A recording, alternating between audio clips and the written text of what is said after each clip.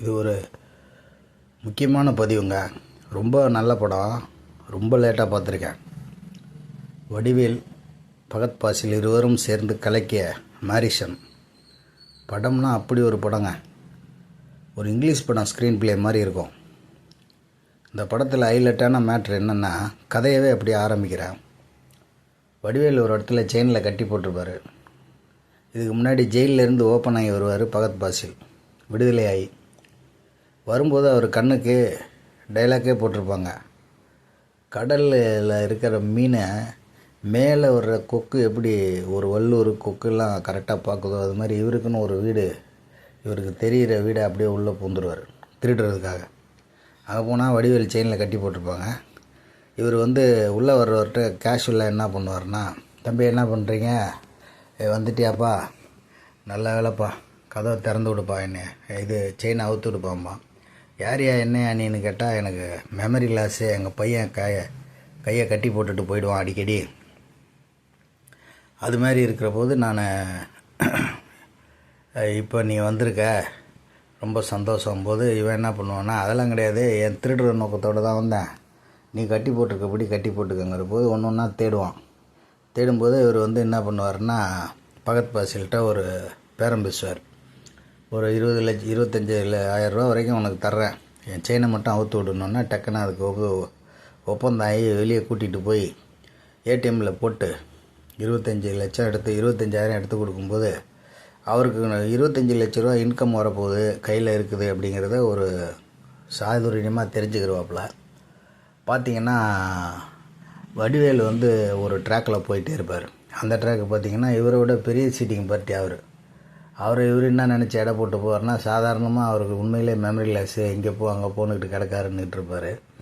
ஆனால் இவரை வச்சுக்கிட்டு இவருக்கு ஒரு ஃப்ளாஷ்பேக் இருக்கும். வடிவேல் சாருக்கு சித்தாரா மேடம் தான் இவருக்கு மனைவி, லவ் பண்ணி கல்யாணம் பண்ணியிருப்பாங்க.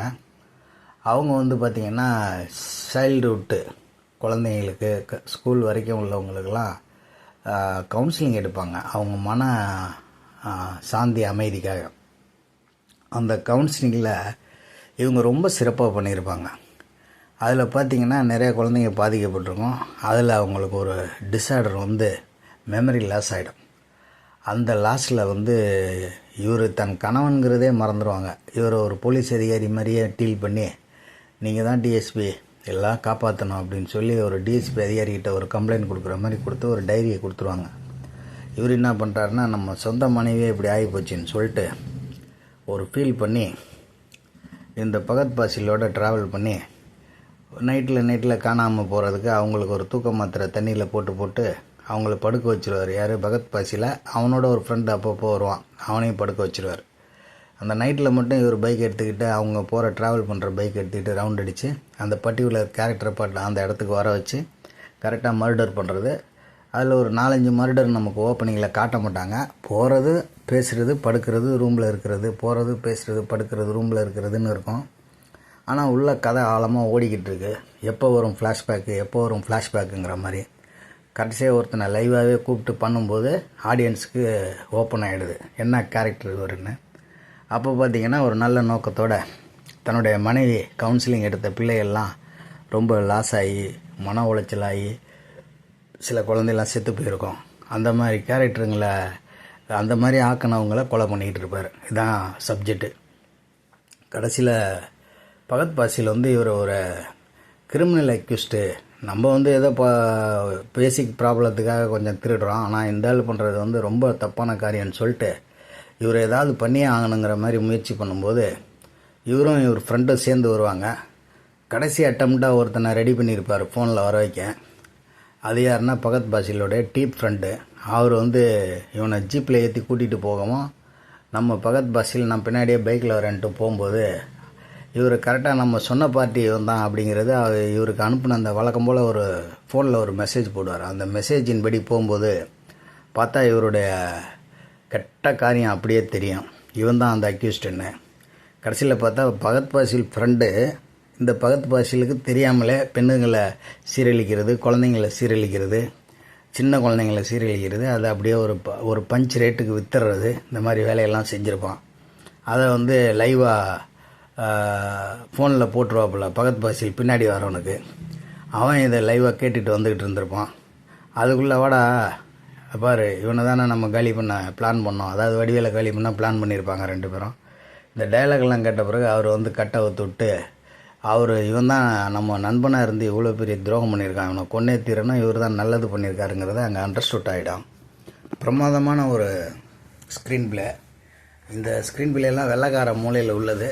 ஏதோ ஒரு இங்கிலீஷ் படமாக இருக்குமோங்கிற மனநிலையில் அப்பப்போ ஓடுது. நமக்கு எதுலேருந்து அவங்க ட்ராக் பண்ணாங்கன்னு தெரியல.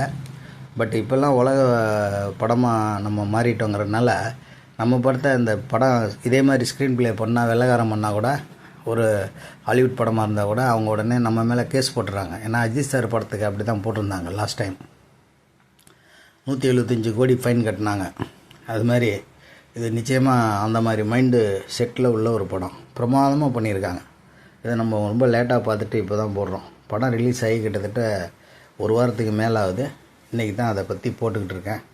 அனைவரும் பாருங்கள். இன்னொரு 3 நாள் 4 நாள் தேட்டரில் நிற்கும். நல்லா தேட்டரில் போய் பாருங்கள். சாங்ஸ்லாம் வந்து ரீரெக்கார்டிங்கு, கேமரா ஒர்க்கு எல்லாமே நல்லா இருக்குது. கேமரா இன்னும் கொஞ்சம் காஸ்ட்லியான ஒரு கேமரா யூஸ் பண்ணியிருக்கலாம். லென்சஸ்லாம் நல்லா பர்ஃபெக்ட் லென்ஸாக போட்டிருக்கலாம். கொஞ்சம் சில கேமரா ஒர்க்கில் கொஞ்சம் குவாலிட்டி கம்மியாக இருக்கும். மற்றபடி ரீரெக்கார்டிங் பக்காவாக இருக்குது. மற்றபடி ஆர்டிஸ்ட்டுங்க 2 பேர் பின்னியிருக்காங்க. எக்ஸ்ட்ரீம் நடிப்பு. இதை எங்கே போய் சொல்கிறது, அவ்வளோ பிரமாதமான நடிப்பு.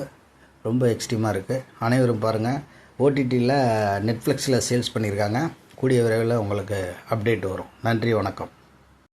இது வந்து சௌத்ரி சார் ப்ரொடக்ஷன். கிட்டத்தட்ட 98 படம் பண்ணிட்டார். இது 98வது படம்னு நினைக்கிறேன்.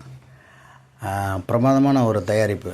அவர் யாருடைய கண்ட்ரோல்லையும் இல்லாமல், யாரும் சொல்கிறதெல்லாம் கேட்காம, அவர் காலகட்டத்தில் ஒரு 6 கோடி கையில் எடுப்பார், அதில் 3 படம் பண்ணுவார். அந்த மாதிரி கண்டிஷனில் இதையும் பண்ணியிருக்காரு.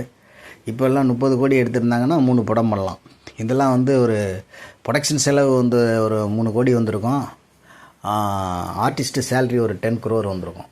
ப்ரொடக்ஷன் டோட்டலாக ஒரு 15 crore பட்ஜெட்டு. ஆனால் கலெக்ஷன் நல்லா டாப் 10ல் இருக்கும். கலெக்ஷனோட அப்டேட் என்னால் போட முடியும். இப்போ ரொம்ப டைமாக போட்டு லென்த்தாக போடக்கூடாதுன்ட்டு நான் இந்த அடுத்த இதில் சொல்கிறேன். தேங்க்யூ.